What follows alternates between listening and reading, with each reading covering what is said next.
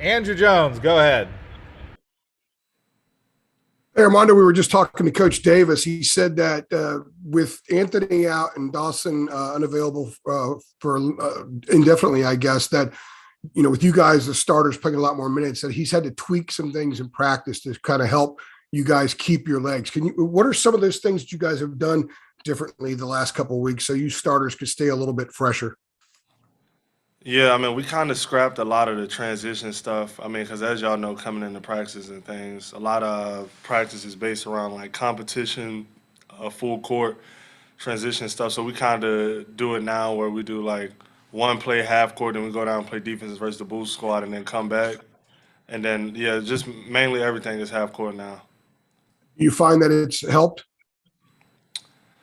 Yeah, I mean, for me, I usually do a lot of stuff to just prepare me, so it don't really matter how much I play. I always feel better the next day because I try to take my recovery as serious as possible. But I would say for the other guys, it definitely helped. Thank you. Michael Coe. Hey, Armando. So going up against Mark Williams for Duke should be a very different matchup than the one against Louisville on Tuesday, since he's a lot longer and taller. How much are you looking forward to that matchup, given that Mark played pretty well against y'all in a couple of games last year?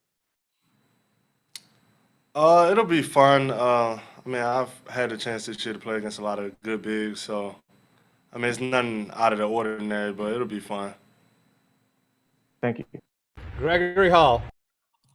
Armando, along those lines, what do you need to do to be successful and not, I guess, have your shot blocked against him more often than not? Oh, well, I mean, I would say length really doesn't bother me too much just because I think the way I play, I usually, try to be physical and things like that. So it kind of puts me in a good position to not getting my shot blocked as much. But I mean, my main thing, I guess, is just trying to get him in foul trouble and get him out of games so he can affect my shot or everybody else's shots. Brandon Marks. Hey, Armando. Yeah, this is obviously going to be Coach Davis's first time going up against Duke as head coach, and it's going to be Coach K's last time coming to the Smith Center. Do either of those things do anything to sort of raise the stakes for you, or is it just it's Duke and you're going to be on no matter what? Yeah, I would say the second option. Just I think I mean we all know how big this rivalry is for both programs, and I mean it being Coach K's last game too here. Obviously, we want to win, and then even more raise the stakes with it being for the first place in the ACC. I mean it'll be a great game and it'll be a lot of fun. Adam Smith. Armando, from a player's perspective, what do you see? What would you identify as the trouble spots with Bankera, which I'm sure are many, but like, what would you say there are the things that concern you the most and the things that you've got to try to limit just as a team, I'm saying? Uh, I mean yeah, he's a pretty good player. I would just say, guess just not letting them get hot, not letting them get too much in the flow. I mean, I would say the main person to really worry about is Wendell. Just with him, he can affect the game in so many different areas, and I think they at their best when Wendell is going. So really, I would say just trying to really focus in on Wendell. Greg Barnes. Hey, Armando, for you guys to be able to win a game like you did on Tuesday, where maybe you didn't play your best, but you were able to grind out a victory in a tough setting, what does that do for confidence, and how do you think that can help you guys here in the next couple of weeks? Yeah, I mean, it just showed us that, I mean, when we fight back, good things can happen. And I feel like it was just a great character builder for all of us. Just us going down there in a hostile environment and then going down forward with our backs against the wall and just coming out successful. It was great for all of us, and especially like the guys like Caleb and RJ just seeing what they can do in those situations. That was like their first ever overtime game. So, I mean, just them getting that experience was huge, especially leading up to this game on Saturday. Thanks. CL Brown.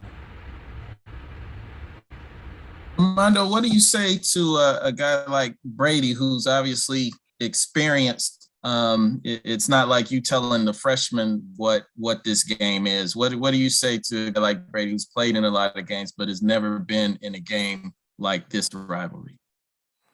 Yeah, I mean, this will definitely be probably the biggest rivalry game he'll ever play in his life because, I mean, I think Duke and Carolina is the greatest rivalry in all of sports. So, I mean, it's not nothing really I can say to him because I mean he's been doing this for a long time, and I mean even last game he showed like in big games he'll be there to step up. So just it's nothing you can really say. I mean he's seen it all on TV. Everybody know how it is, and I think he'll be ready and fired up to play.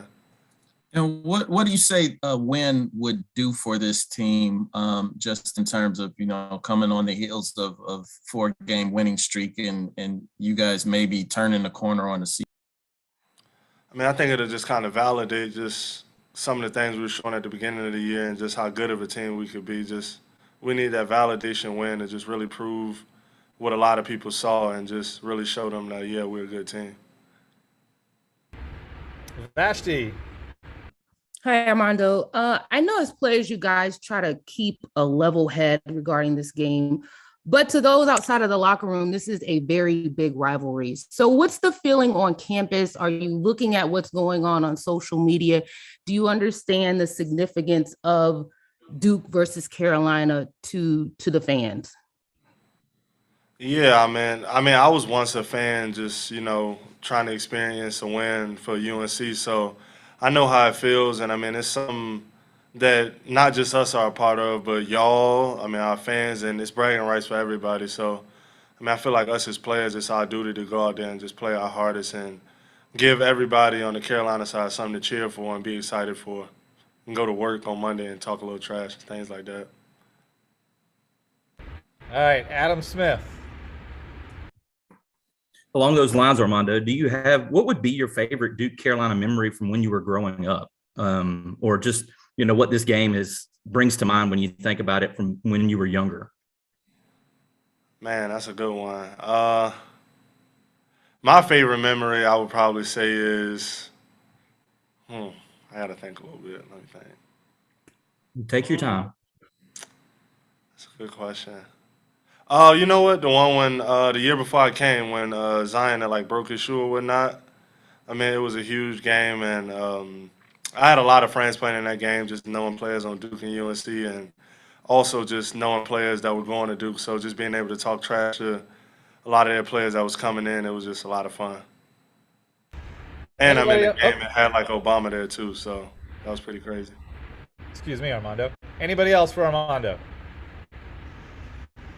All right, Armando, thank you very much.